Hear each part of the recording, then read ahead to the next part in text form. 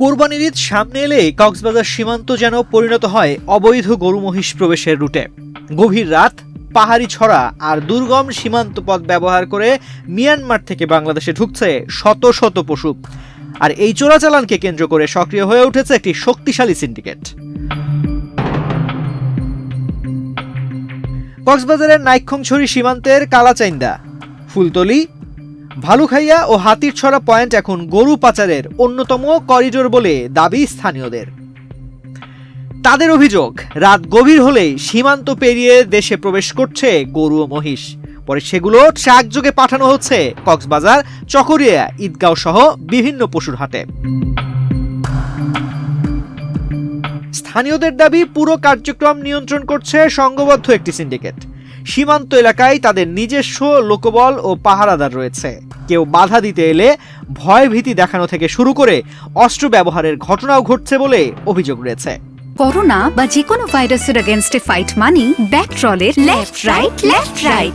দেশীয় তৈরি অগ্নেয়াস্ত্র দিয়ে, মহড়া দিয়ে গরুগুলো পাচার করে, সীমান্ত দিয়ে পাচার করে আমাদের এলাকার উপর দিয়ে বাইরে চালান দিচ্ছে।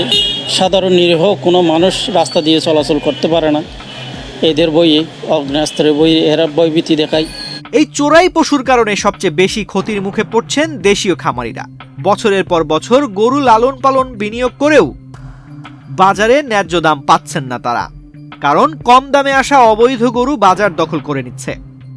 যে সরকারের কাছে আমার একটাই অনুরোধ, যেহেতু বাইরের দেশের থেকে যেন গরু না আসে, আমাদের দেশি যারা খামারি বাইরে আছে, যদি বাইরের থেকে যদি গরু আসে তাহলে আমাদের দেশি যে বাইরে আছে আমরা কি গরুর ন্যায্য মূল্যটা আমরা পাবো না। কিন্তু আমরা এই গরুটা ক্লিয়ার করলাম, এই ঘাস বসি আমাদের দেশি যেগুলা খাবার, গরু খাবার যেগুলো আছে এগুলা খাবে আমরা মোদা তাজা করার জন্য চেষ্টা করতেছি কোরবানির জন্য। আর আমরা একটা অনুরোধ, বাইরের থেকে যেন গরু না আসে। আমরা যেগুলা খামারে আছি, যেভাবে কষ্ট করে করতেছি, বাইরে যদি গরু আসলে আমরা নিজেদের দামগুলো পাবো না আমরা। তবে প্রশাসনের দাবি, গরু চোরাচালান ঠেকাতে জিরো টলারেন্স নীতিতে কাজ করছে বিজিবি ও আইন শৃঙ্খলা বাহিনী। সীমান্তে টহলও জোরদার করা হয়েছে।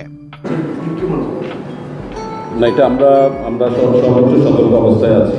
এখানে আমাকে বললাম যে আমাদের যে স্পেশাল ইকুইপমেন্টগুলো আছে এগুলো আমরা ব্যবহার করছি এবং টহল জোরদার করছি এবং আমাদের জনবল বৃদ্ধি করছি, যাতে করে ভবিষ্যতে বা বর্তমানে এই চোরাকারবারিরা কখনোই আমাদের সীমানা দিয়ে গরু চোরাচালান করতে না পারে।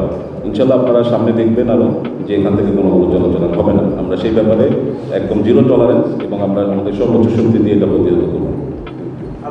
শুধু খামারিরাই নন, ক্ষতিগ্রস্ত হচ্ছে রাষ্ট্র।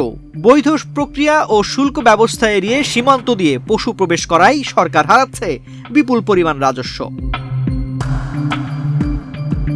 কোরবানির ঈদ যত ঘনিয়ে আসছে ততই সক্রিয় হয়ে উঠছে এই চক্র, আর বাড়ছে দেশীয় খামারিদের উদ্বেগ। সচেতন মহলের মতে, শুধু সীমান্তে টহল বাড়ালেই হবে না, গরু পাচারের সঙ্গে জড়িত সিন্ডিকেট, অর্থের উৎস ও পৃষ্ঠপোষকদের বিরুদ্ধে কঠোর ব্যবস্থা না নিলে প্রতি বছরই কক্সবাজার সীমান্তে একই চিত্র ফিরে আসবে। তানজির রহমান, বাংলাদেশ প্রতিদিন।